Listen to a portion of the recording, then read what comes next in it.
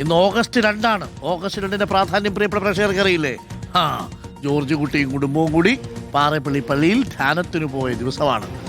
മലയാള സിനിമയിൽ ഓഗസ്റ്റ് 2 എന്നുള്ളത് അടയാളപ്പെടുത്തുന്നത് അങ്ങനെയാണ് അല്ലേ?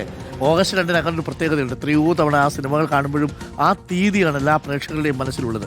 പക്ഷേ ഇന്നത്തെ ദിവസം മഴ ഒഴിഞ്ഞു നിൽക്കുന്ന ദിവസമാണ്. ആശങ്കപ്പെടേണ്ട സാഹചര്യമില്ല. വെള്ളം കയറിയ വെള്ളം സാവധാനം ഇറങ്ങിപ്പോകുന്നു.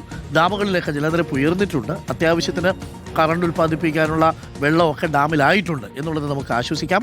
പല ഡാമുകളുടെയും ഷട്ടറുകൾ തുറന്നിട്ടുണ്ട്. പ്രേക്ഷകർക്ക് കാണാം. മലങ്കര ഡാമിൽ ഷട്ടറുകൾ തുറന്നിട്ടുണ്ട്. റാന്നിയിലെ ഇപ്പോഴത്തെ അവസ്ഥ പ്രേക്ഷകർക്ക് കാണാം. മാവൂര് കോഴിക്കോടുള്ള അവസ്ഥയും പ്രേക്ഷകർക്ക് ഇപ്പോൾ കാണാം. പല സ്ഥലങ്ങളിലും കയറിയ വെള്ളം ഇറങ്ങിപ്പോയില്ല എന്നുള്ളതാണ് ഒരു ആശങ്കയുണ്ടാക്കുന്ന ഘടകമായി നിൽക്കുന്നത്. ഒരുപാട് പ്രേക്ഷകരുടെ കമൻറ്റുകൾ വരുന്നുണ്ട്. അപ്പോൾ ഓക്കെ, പൊളിറ്റിക്കലായുള്ള കമൻ്റാണ്, ഞാൻ വായിക്കുന്നില്ല.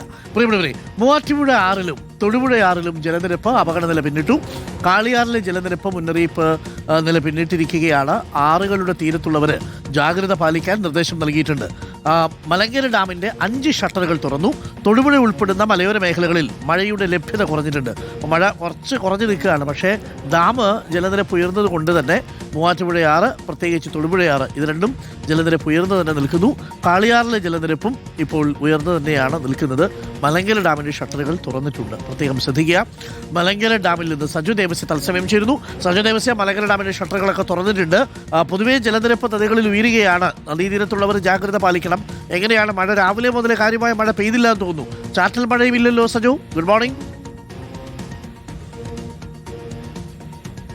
Doctor Arunkumar, good morning. Thodupuzha പൊതുവിൽ പരിശോധിക്കുമ്പോൾ അല്പം ഒരു ആശ്വാസം പങ്കുവയ്ക്കാൻ നമുക്ക് കഴിയുന്നുണ്ട് എന്നതാണ് ഒരു പ്രധാനപ്പെട്ട കാര്യം. കാരണം മഴയുടെ ലഭ്യതയിൽ കുറവുണ്ട് എന്നതാണ്. പക്ഷേ മഴയുടെ ലഭ്യത കുറവുണ്ടെങ്കിലും തൊടുപുഴയാറിലും മൂവാറ്റുപുഴയാറിലും അപകടനിലയ്ക്ക് മുകളിലാണ് ജലനിരപ്പ് എന്നതാണ്. അതുകൊണ്ട് ഈ ആറുകളുടെ തീരത്ത് താമസിക്കുന്നവർ ജാഗ്രത പാലിക്കണം. അതിന്റെ പ്രധാനപ്പെട്ട കാരണം തൊടുപുഴ മേഖലയിൽ മഴ ഒരല്പം കുറവാണ്. ഇപ്പോൾ മാറി നിൽക്കുകയാണ്. രാത്രിയിൽ മഴയുണ്ടായിരുന്നു, ഇപ്പോൾ മഴ വിട്ടു നിൽക്കുകയാണ്.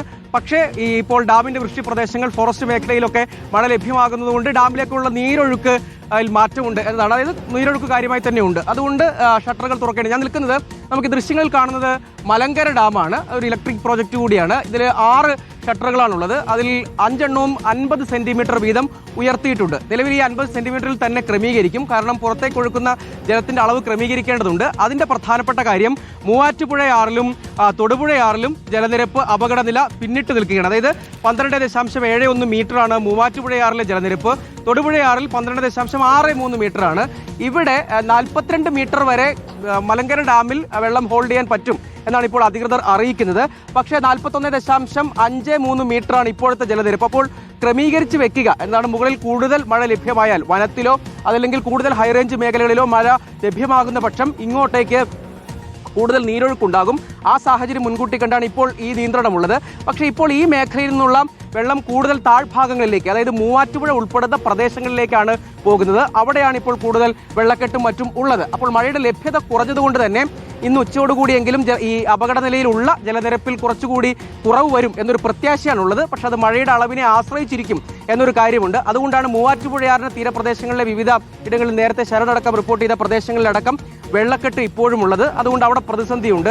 ആ മേഖലയുടെ ഒരു പൊതുസ്ഥിതി അതാണ്. ആ മേഖല പരിശോധിച്ചാൽ തൊടുപുഴയെ സംബന്ധിച്ച ക്യാമ്പുകളിൽ ഇപ്പോഴും ആളുകൾ തുടരുന്നുണ്ട്. ആടൂർ മല ഉൾപ്പെടുന്ന മേഖല, ആലക്കോട്, ഈ ഇടങ്ങളിലെല്ലാം ജാഗ്രത തുടരുകയാണ്. അവിടെ നിന്ന് നേരത്തെ ക്യാമ്പുകളിലേക്ക് 9ഓളം ക്യാമ്പുകളാണ് ജില്ലയിൽ തുറന്നത്.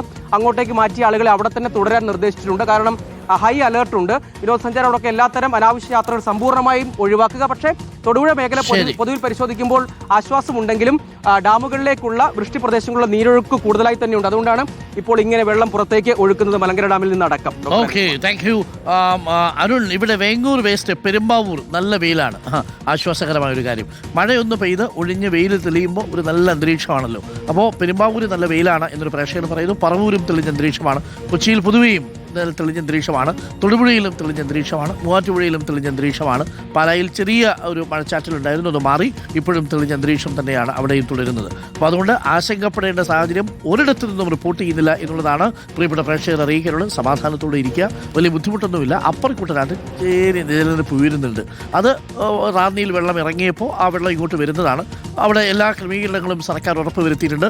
ഒരിടത്തും പാളിച്ചയില്ല. ഒരിടത്തും ആൾക്കാർക്ക് ആശങ്കയോ പരാതിയോ ഒന്നും തന്നെ ഇതുവരെയും നമ്മൾ നമ്മുടെ മുന്നിലില്ല. അപ്പോൾ പ്രിയപ്പെട്ട പ്രേക്ഷകരെ, റിപ്പോർട്ടർ ചാനൽ ഉണർന്നിരിക്കുന്നു, സർക്കാർ ഉണർന്ന് പ്രവർത്തിക്കുന്നില്ല, അങ്ങനെ പറയാൻ പറ്റില്ല. സംവിധാനങ്ങളെല്ലാം പ്രവർത്തിക്കുന്നുണ്ട്. ഇപ്പോൾ എല്ലാം നമ്മൾ അതിനോട് യൂസ് ടു ആയതുകൊണ്ടേ ദുരന്ത നിവാരണ അതോറിറ്റി 1 ലക്ഷം രൂപ വീതം ഈ ഓറഞ്ച് ഡാറ്റ ബുക്ക് ഓരോ വർഷവും അതുമായി ബന്ധപ്പെട്ട് തദ്ദേശ സ്ഥാപനങ്ങൾക്ക് കൊടുക്കും.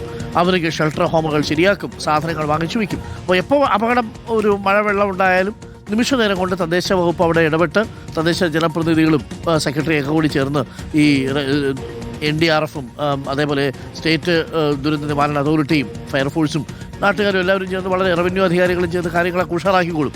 ടെൻഷൻ അടിക്കേണ്ട കാര്യമില്ല. ഇനി ആരെങ്കിലും ഏതെങ്കിലും സ്ഥലങ്ങളിൽ ഒറ്റപ്പെട്ട് നിൽപ്പുണ്ടെങ്കിൽ ഞങ്ങളുടെ നമ്പറിൽ നിങ്ങൾക്ക് വിളിച്ചറിയിക്കാം, നമുക്ക് അധികാരികളെ അറിയിക്കുകയും ചെയ്യാം. ഇപ്പോൾ ആശങ്കപ്പെടേണ്ട സാഹചര്യം